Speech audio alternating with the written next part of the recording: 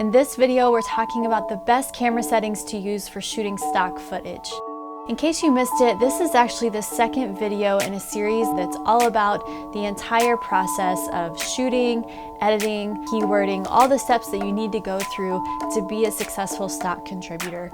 So if you missed the first video, it was all about the camera gear that I use and what I recommend, so be sure to check that out. And if you've already watched that video, then welcome back. Like I said, we're gonna be getting into the very specific details of the best camera settings to use when you are shooting your own stock footage.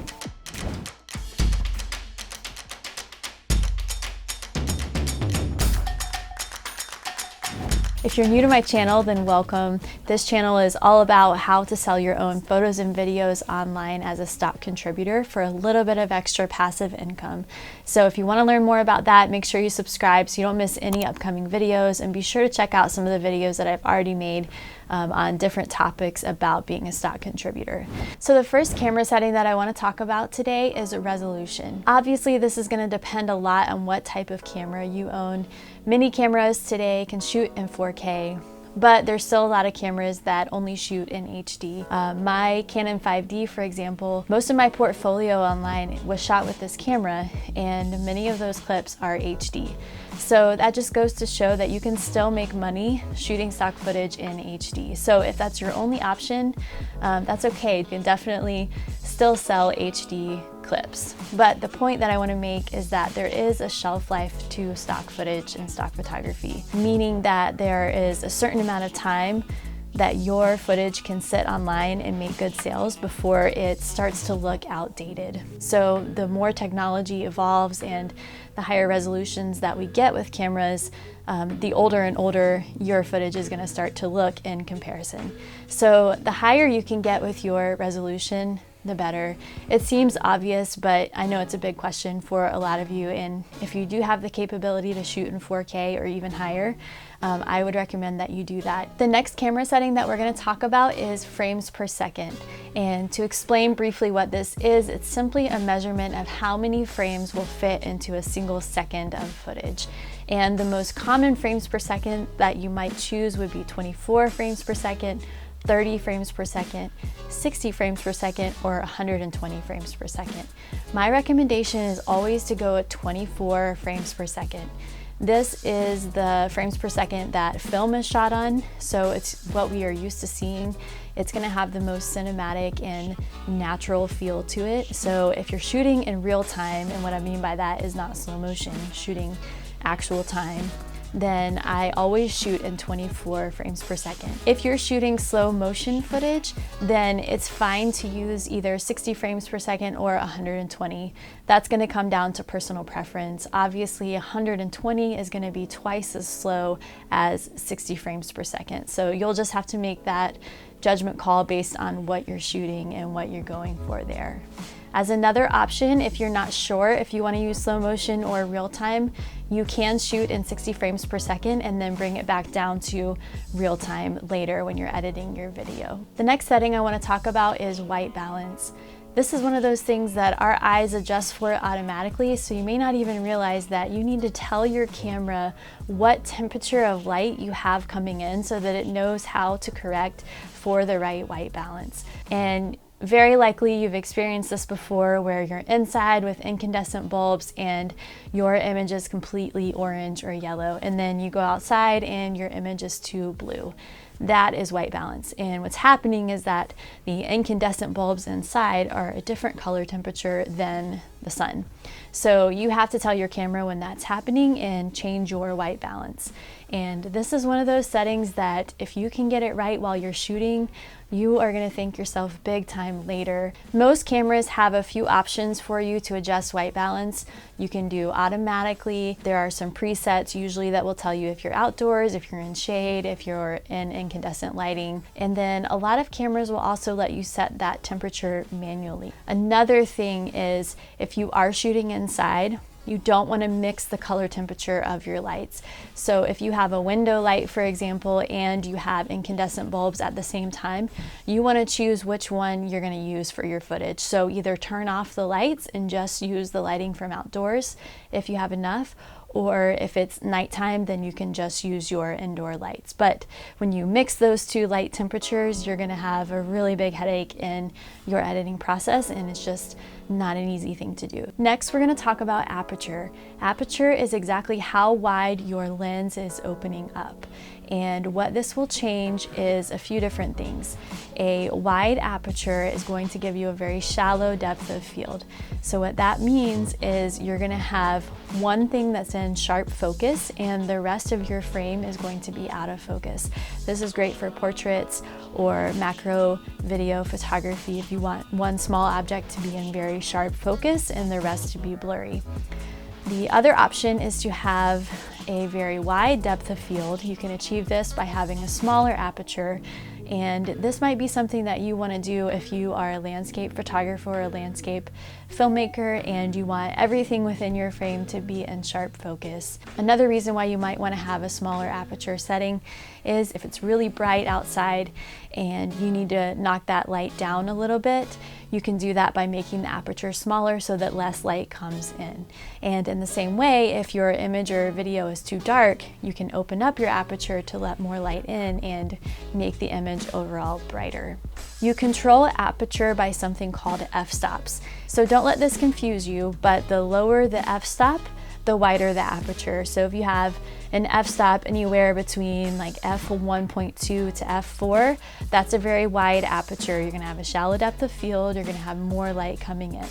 If you have a higher f-stop anywhere from like an f8 to all the way up to f22, you're gonna have a very small aperture and you're gonna have a wider depth of field. You're gonna have more in frame that's in focus, and you're gonna have less light coming in. A lot of this is gonna be trial and error. It's gonna be a lot of practice. It's gonna be going and taking your camera and just adjusting some of those settings and seeing how it affects your photo or your video. Once you get a better grasp on what all these settings affect on your camera, you're gonna be able to achieve exactly what you want as a filmmaker or as a photographer.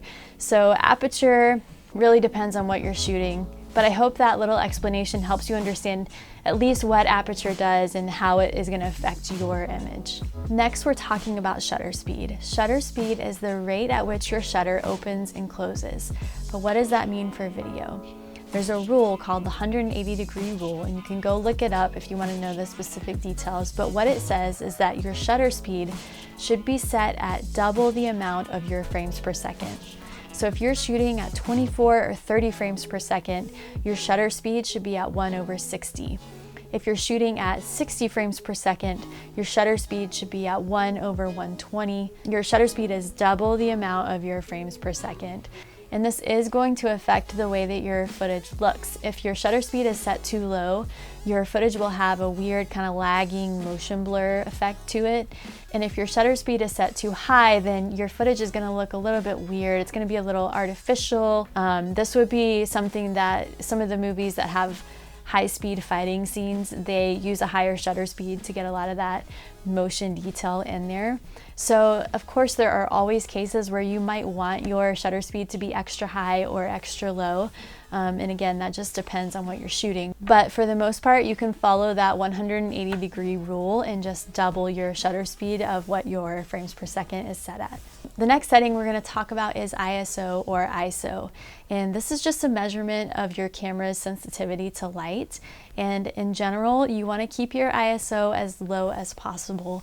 The only time that you want to bring your ISO up higher is if you're in a situation where there's not enough light and your footage or your image is just not bright enough, and you've done everything else, meaning you've slowed your shutter speed down and you've opened up your aperture all the way, and you're still not getting enough light, then you can incrementally start increasing your ISO to bring more light into your camera. The thing about ISO is that it is going to bring noise and grain into your video. So you want to use it with caution and you want to use as little as possible. This is really important for stock footage because your footage will get rejected if you have the slightest bit of grain or noise. Some cameras you can go a little higher with ISO without it being noticeable. Higher end cameras you can do this.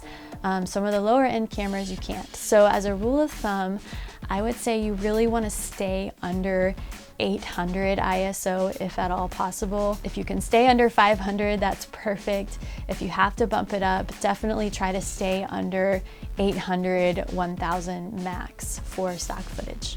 The last camera setting that we're going to be talking about is picture profiles. And depending on what type of camera you have, this might be called something a little different, but basically what I mean is the color profile that you are shooting in.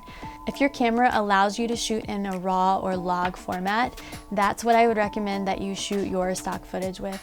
It's going to give you the most freedom for not only you, but also your customer that might be purchasing your footage to go in and edit the colors and the dynamic range of your footage. So you really want to make sure if you have that capability, even though it's not going to look great while you're shooting it, it's going to look very flat and dull and unsaturated.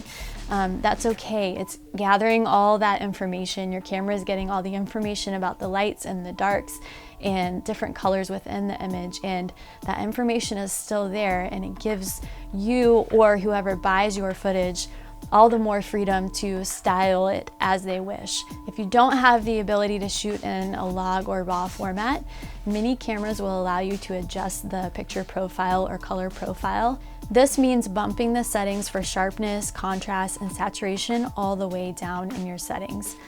I know it won't look great straight out of camera, but believe me, it's going to be a lot easier process for you and your customer that buys your footage to have more control over those colors and contrast when they're editing. Okay, now that we've gone over all the different settings, I thought I would show you a couple of clips that I shot recently and just show you the exact settings that I used to capture that footage.